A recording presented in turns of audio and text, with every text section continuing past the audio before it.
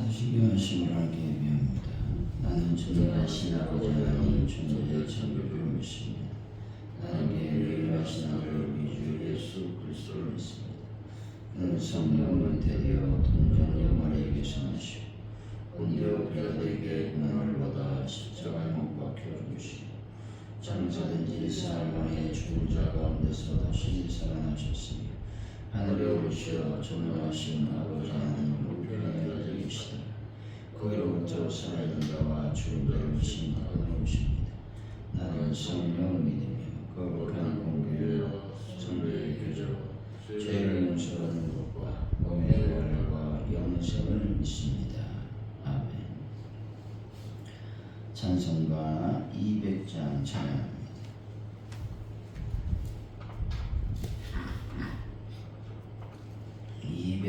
찬양합니다. 달고 묘한 그 말씀 생명의 말씀을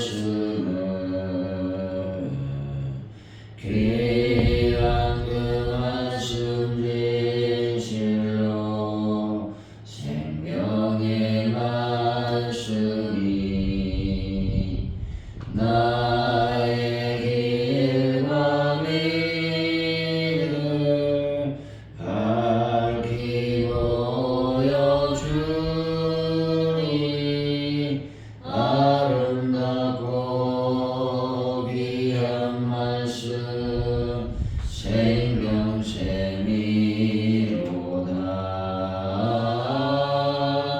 아름답고 귀한 말씀 생명샘이로다.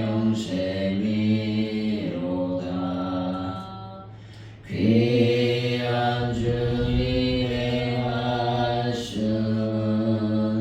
내 노래 되도다. 모든 사람을 살리는 생명의 말씀은 값도 없이 와라. 생명길을 여니 아름답고 귀한 말씀 생명샘이로다.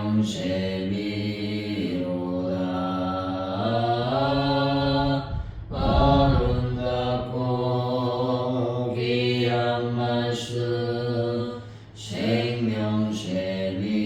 생명샘이로다.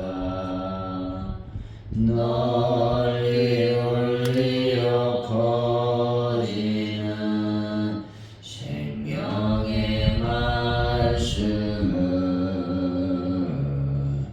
마음의 용서와 평안을 골고루 주나니 다만 예수 말씀 듣고 복을 받네. 아름답고 귀한 말씀 생명샘이로다.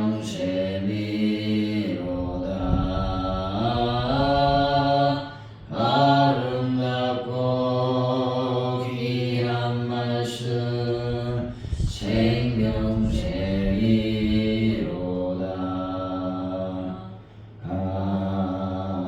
아멘.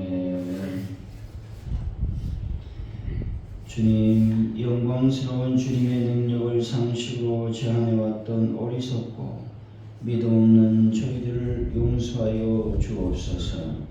주님 모든 필요를 아시고 만족하게 채우시는 그림을 다시 한번 깨닫게 하여 주시길 원합니다. 늘 감사할 수 있는 저희들의 삶이 되게 하여 주옵소서. 보잘것없는 저희 인생도 주님 손에 맡겨드리니 복음의 굶주린 영혼을 위해 기쁨으로 나누어질 수 있는 역사가 일어나게 하여 주실 줄로 믿습니다. 대한민국을 하나님께서 붙잡아 주시길 원합니다. 정치적인 매우 혼란 가운데 있는데 하나님께서 이 민족을 거룩하고 또 주님의 뜻 가운데서 온전해질 수 있도록 인도하여 주실 줄로 믿습니다. 그래서 하나님이여 경제적인 불안도 안정될 수 있도록 하나님께서 함께하여 주실 줄로 믿습니다. 하나님 아버지 특별히 기도합니다. 아버지여 북한 땅을 불쌍히 여기시고 예수 그리스도의 보혈이 그 땅을 덮으시며 하나님의 복음의 역사가 그 땅에도 이루어지게 하여 주실 줄로 믿습니다. 하나님 아버지 모든 도발을 막아주실 줄로 믿습니다. 하나님 아버지 시험 간절히 기도하오니 주여 인도하시고 역사하여 주실 줄로 믿습니다. 전 세계의 평화를 더하여 주시고 전쟁이 속히 끝날 수 있는 은혜도 인도하여 주실 줄로 믿습니다. 하나님 아버지 가져오늘께 놀라운 부흥을 더하여 주실 줄로 믿습니다. 하나님의 교회가 날로 하나님의 은혜 가운데서 풍성해질 수 있도록 인도하여 주실 줄로 믿습니다. 하나님 아버지 간절히 주님께 기도할 때에 주여 우리가 전도합니다. 전도할 때마다 열매를 맺고 결실의 역사가 일어날 수 있도록 아버지께서 함께 하시며 도와주옵소서. 특별히 베란다 문제를 완벽하게 해결하여 주시며 또 차량의 모든 문제를 하나님께 맡겨드립니다. 하나님 차량 구입을 놓고 우리가 또 목적으로 헌금하게 결단했사오니 저희들이 마음을 주정하시고 하나님의 은혜가 넘쳐날 수 있도록 역사하여 주실 줄로 믿습니다.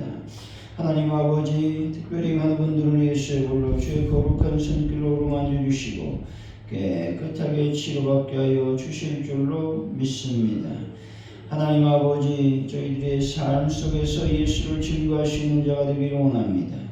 삶 속에서 나의 신앙을 증거할 수 있는 그래서 예수의 향기와 예수의 편지가 될 수 있는 하나님의 은혜도 역사하시고 인도하여 주실 줄로 믿습니다. 감사합니다. 예수님의 이름으로 기도하옵나이다. 아멘. 오늘 우리에게 주신 하나님의 말씀은 요한복음 6장입니다. 1절에서 15절까지 말씀 교독하시고 마지막 절은 같이 읽습니다. 요한복음 6장 1절에서 15절까지 말씀입니다. 그 후에 예수께서 디베리아의 갈릴리 바다 건너편으로 가시매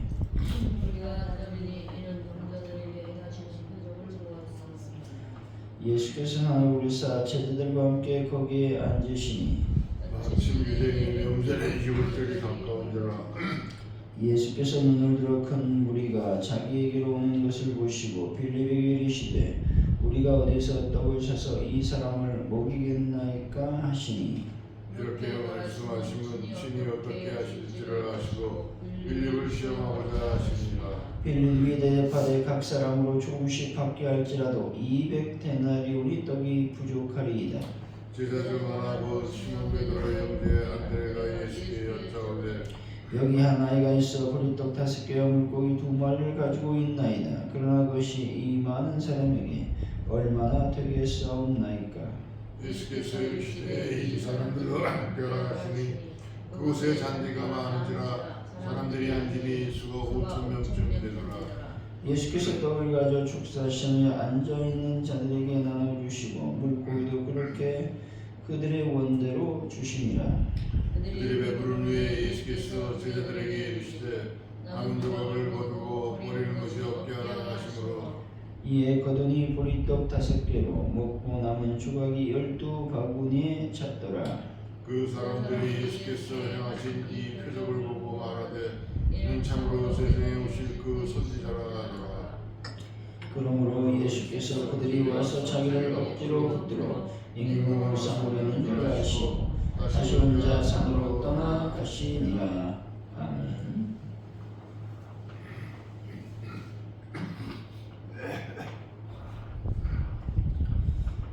오늘의 말씀은 예수님이 여자들에게 행하신 표적을 보고 큰 무리가 따르게 되었다고 말씀하고 있습니다. 예수님은 빌립에게 무리를 어떻게 먹일지 모르시고 안드레가 보리떡 5개와 물고기 2마리를 가진 아이를 데려왔습니다. 이것으로 5,000명쯤 먹이시는 표적을 본 사람들이 예수님을 임금 삼으려고 했습니다. 그러자 예수님은 혼자 산으로 가셨다고 말씀하고 있습니다. 1절 2절이죠. 시작. 그 예수께서 유대라의 갈릴리 바다 건너편으로 가시되 그 무리가 따르니 이는 병자들에게 하시는 표적을 보았으므로. 우리가 예수님을 따르는 이유는 표적이나 보기 위한 것이 아니라는 것입니다. 우리가 예수님을 따르는 것은 예수님이 우리 구주이시기 때문에 그렇습니다. 비록 그가 우리에게 표적을 행하지 않으실지라도 그를 따르고 믿는 것이 믿음의 중요한 본질이라는 것이죠.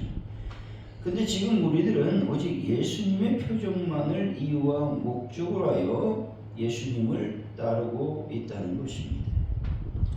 그들이 예수께 나온 그 자체는 잘한 것이요 귀한 것입니다. 그러나 그 나온 이유가 믿음의 본질과는 너무나 멀어져 있다라고 하는 것이죠. 3절에서 5절이죠. 시작. 예수께서 산에서 제자들과 함께 거기 앉으시니 마침 유대인의 명절에 6월절이 가까웠더라. 예수께서 눈을 들어 그 무리가 자기에게 오는 것을 보시고 빌립에게 이르시되 우리가 어디서 떡을 사서 이 사람들을 먹게 하느냐 하시니. 표적 따위나 바라고 나오는 큰 무리의 모습을 보신 예수님은 빌립을 향해 이들에게 어디서 떡을 사서 먹여야 할지 묻고 계십니다. 그러나 사람의 마음의 중심을 아시는 분이 예수님이시라는 것이죠.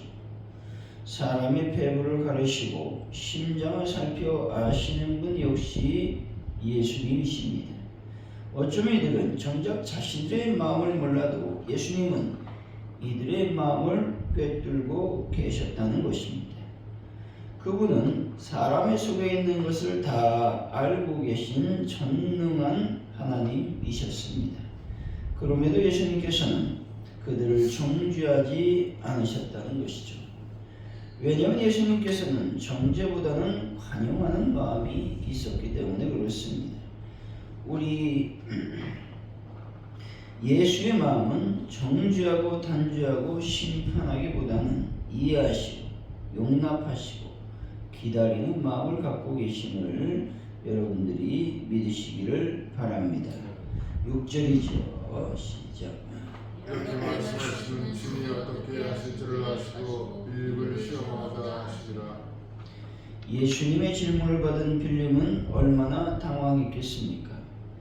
이런 당황스러운 질문은 성경 곳곳에서 발견할 수가 있습니다.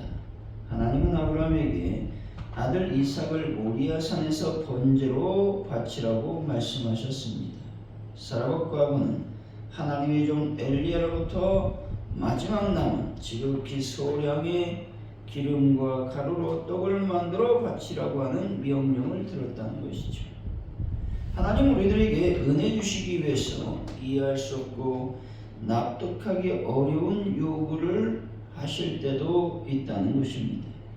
그래서 주 앞에 늘 진지하고 성실한 대답을 준비할 필요가 있다라고 하는 것이죠.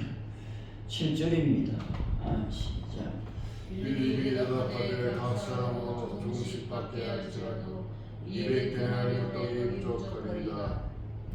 빌립은 예수의 질문에 대해 난해한 표정을 짓고 있는 것을 보게 됩니다. 예수님의 질문의 핵심은 돈에 있지 않았다는 것이죠. 떡 자체에 있었다는 것입니다. 돈이 얼마나 드느냐는 전혀 고려하지 않고 있다는 것입니다. 여기서 현대인들의 자화상을 볼 수가 있습니다. 물질 만능주에 물든 현대인들은 어떤 일을 할 때 돈으로 모든 것을 환산하려고 하는 생각을 갖고 있다는 것입니다. 여러분, 성도는 돈의 힘으로 사는 것이 아니라 하나님의 힘으로 산다는 것을 믿는 분들이 되시기를 바랍니다. 8절에서 9절이죠. 시작. 주여 증언하고 시몬 베드로의 형제 안드레가 예수께 여짜오되 여기 하나가 있어 보리떡 5개와 물고기 2마리를 가지고 있나이다. 그러나 이것이 이 많은 사람에게 얼마나 되겠사옵나이까.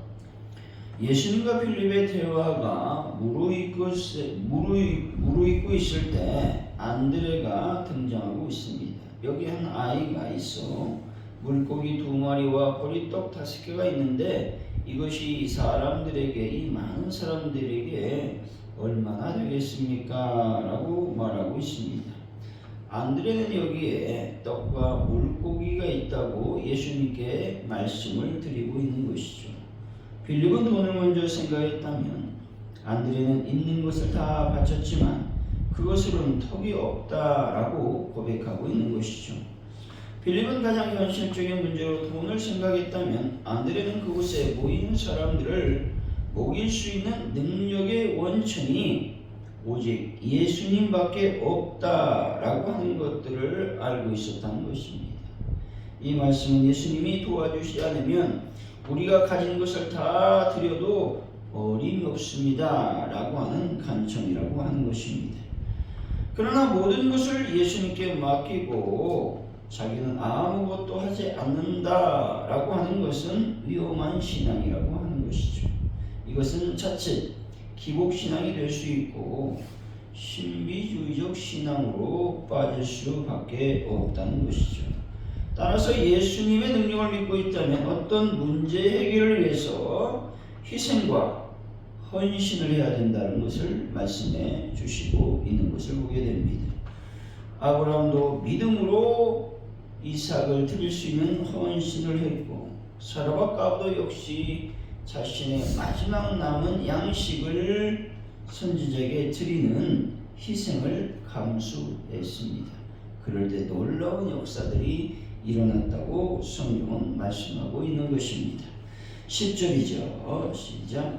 예수께서 이르시되 이 사람들로 함께하라 하시니 그곳에 잔디가 많은지라 사람들이 앉은 수가 5,000명쯤 되더라. 본줄은 하나님의 기적의 역사가 혼돈과 무질서, 불안 속에 있는 것이 아님을 말씀해주고 있습니다. 다시 말해 하나님의 기적과 역사는 성도의 안정된 질서 속에 임할 수 있음을 보여주고 있는 것입니다.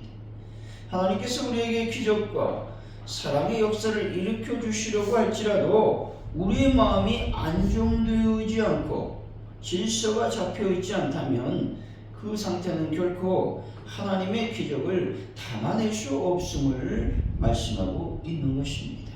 그래서 여러분 늘 마음을 다스리는 그런 분들이 되시기를 바랍니다. 11절이죠. 시작. 예수께서 떡을 가져 축사하신 후에 앉아있는 자들에게 나눠주시고 물고기도 그렇게 그들의 원대로 주시니라. 축사하다라는 말씀은 감사하다라는 의미를 지니고 있습니다. 한 소년의 한 끼 식사에 불과했던 오병이어는 5,000명이 먹고 남음이 있었다는 것이죠. 이것을 통해 인간은 아무것도 할 수 없음을 인식하게 되는 것입니다. 예수님은 지극히 작은 것으로 풍성하게 채워주시는 전능의 하나님이심을 믿으시기 바랍니다. 왜 이런 풍성함을 누리지 못할까요? 그것은 감사가 없고 믿음이 없기 때문에 그렇다는 것입니다. 여러분 믿음으로 구하시고 무엇이든지 응답받는 분들이 다 되시기를 바랍니다. 12절이죠. 시작. 그들이 배부른 후에 예수께서 제자들에게 이르시되 남은 조각을 거두고 버리는 것이 없게 하라 하시므로 남은 조각을 거두고 버리는 것이 없도록 하라고 예수님은 말씀하셨습니다. 이 말씀은 하나님께서 은혜로 주신 것, 또 기적을 베풀어 주신 것들을 낭비하지 말라고 말씀하고 있는 것입니다. 여러분, 주님께서 우리에게 주신 것은 매우 귀한 것이고 거룩한 것임을 늘 기억하는 분들이 되시기를 바랍니다. 13절에서 15절까지 말씀이죠.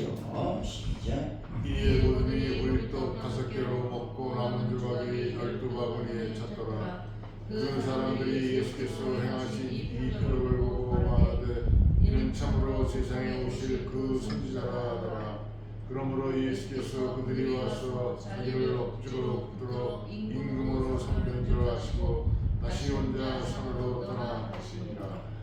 당시 군중들의 예수님의 이해를 그대로 반영하고 있다는 것이죠.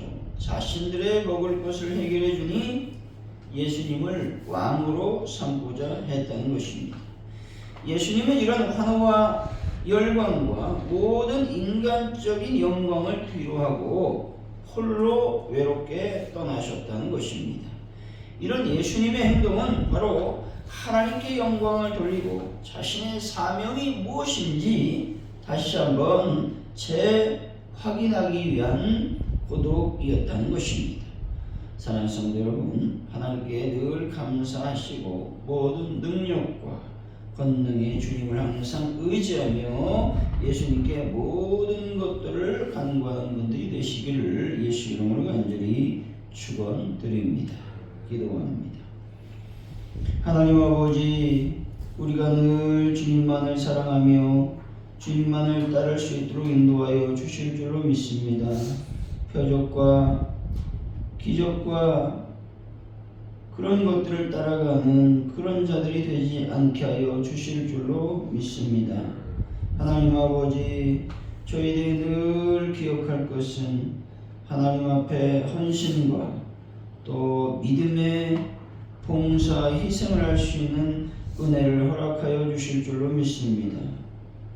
우리 주님께서 우리에게 여러 가지 요구를 하실 때가 있습니다. 그것은 바로 우리에게 은혜를 주시기 위한 것입니다. 이해할 수 없고 납득하기 어려운 질문, 또 우리의 삶을 요구할 때가 있는데 그것은 반드시 하나님의 응답 안에 우리의 삶을 드리기 위한 것임을 다시 한번 기억할 수 있도록 아버지께서 함께 하시고 도와주실 줄로 믿습니다.